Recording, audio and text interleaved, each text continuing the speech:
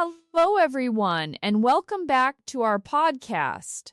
I'm your teacher, and with me today, as always, is our wonderful student, Anna. Hi, everyone. It's great to be here.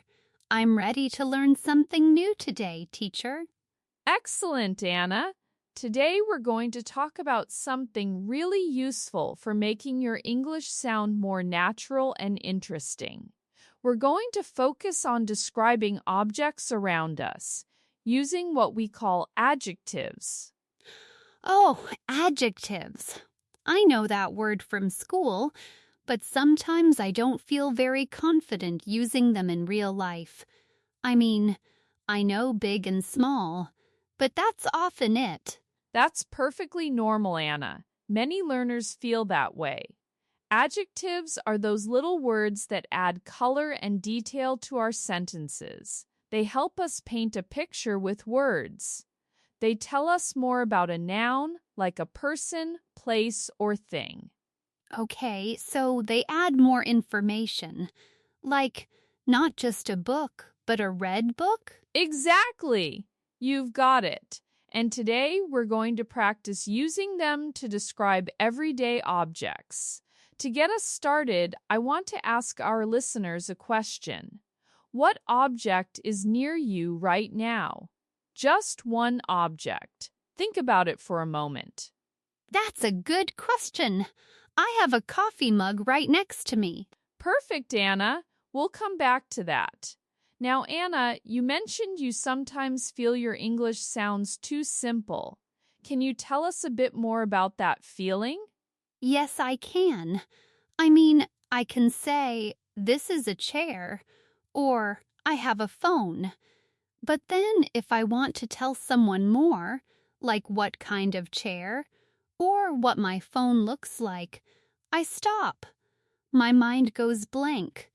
I feel like my English is very basic. Just names, you know? I understand completely. It's a very common experience. You have the main words, the nouns, but you want to add more detail, more texture to your descriptions. You want to make your sentences richer. This is where adjectives come in. They are like small but powerful tools. Powerful? How do you mean? They are powerful because with just one extra word, you can change the entire image in someone's mind. A car is just a car, but a fast car or a red car or an old car creates a much clearer picture. It helps the listener understand exactly what you mean, instantly. I see what you mean. So it helps me communicate better, even with just one word. Exactly. And you don't need to use many adjectives to sound good. Sometimes one well-chosen adjective is all you need. Our goal today is not to make you speak perfectly with hundreds of adjectives, but to give you the confidence to use just a few naturally. Let us see how we can improve this step by step. Okay, I'm ready. Step by step sounds good. Great. So, an adjective describes a noun. It tells us more about it. We don't need to think about complex grammar rules right now. Let's just focus on what adjectives tell us. They often tell us about things like size, color, feeling, or condition. Size, color, feeling, condition. Can you give me some simple examples? Of course. Let's start with size. Imagine you have a bag. You can say a big bag or a small bag. Big and small describe the size of the bag. Right, that's easy enough. Like a big dog or a small mouse. Perfect. Then we have color. We can say a red car or a blue shirt. Red and blue describe the color. So my coffee mug is a white mug. Is white an adjective? Absolutely, Anna. White is a perfect adjective for color. Now, how about condition? This means how something is. Is it new or old, clean or dirty? For example, a clean room or an old book. Clean and old describe the condition. Ah, okay. So not just a phone, but a new phone. Or a broken phone if it's broken. That makes sense. Exactly. And finally, sometimes adjectives describe a feeling or a quality, like a happy child or a quiet street. Happy describes a feeling, quiet describes a quality. These are a little more abstract, but still very useful. So it's like a characteristic of the noun. Hmm, how many adjectives can I use? Is it good to use many? That's a very good question, Anna. For now, let's focus on one adjective at a time. It's much clearer and easier for both you and the listener. Using too many can make sentences confusing. So, one good adjective is usually enough, especially when you are learning. Okay, one at a time. I can do that. It feels less scary. That's the spirit. Less scary, more confident. Now let's do a very short practice together. I'll say a phrase, and then you and our listeners can repeat it after me slowly. Okay, I'm ready. Great. Let us say it slowly together. This is a big table. Pauses for repetition. Your turn, Anna. This is a big table. Pauses, nice and clear. Very good. Now let's try this is a small table. Pauses for repetition. And again, Anna. This is a small table. I can really feel the difference in the picture I'm creating. Excellent. That's exactly what we want. Let's try another one. This is a blue pen. Pauses for repetition. Anna. This is a blue pen.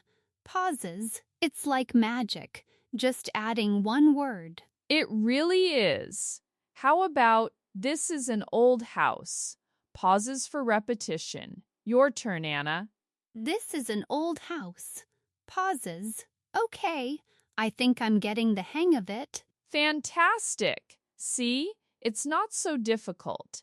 Now let's take that a step further. We asked our listeners what object is near them. Anna, you said you have a coffee mug. Can you try to describe it using one or two adjectives?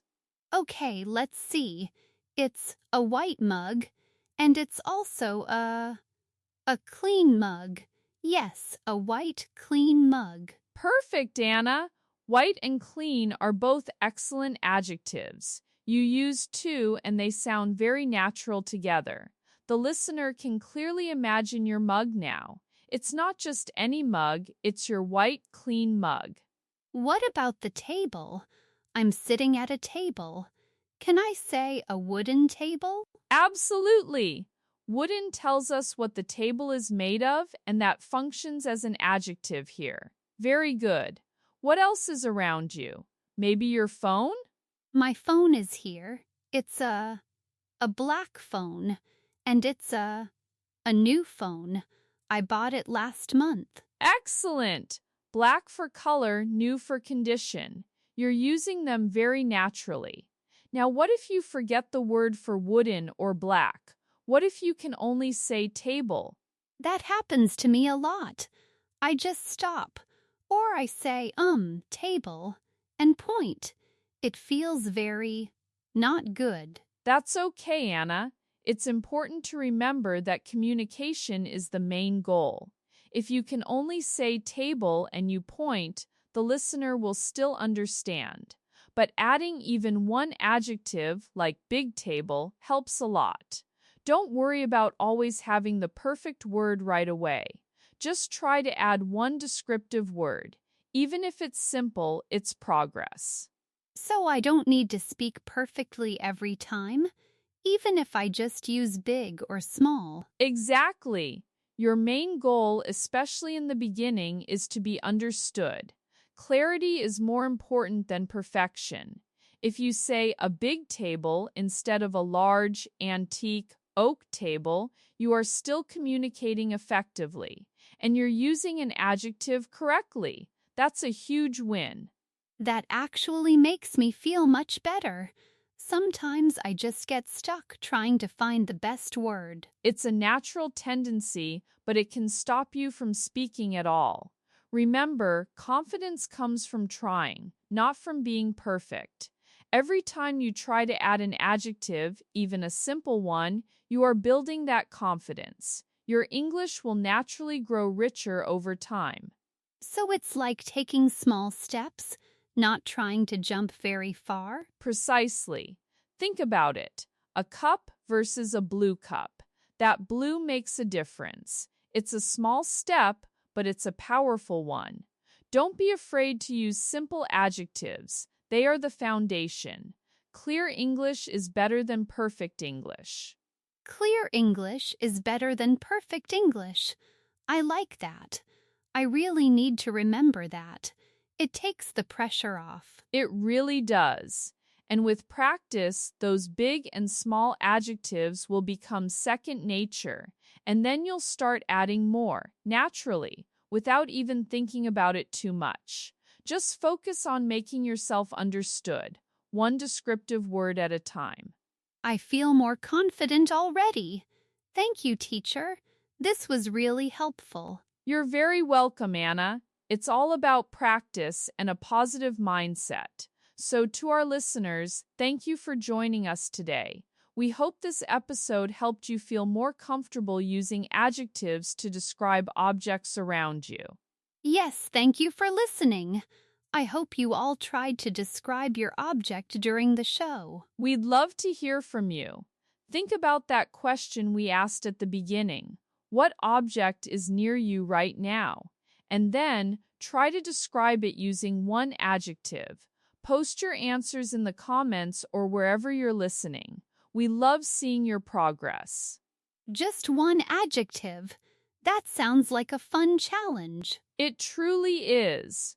Remember, every little step counts. One word today is progress. Don't underestimate the power of those simple descriptive words. Keep practicing, keep learning, and we'll see you next time. Goodbye for now. Bye, everyone. Keep practicing.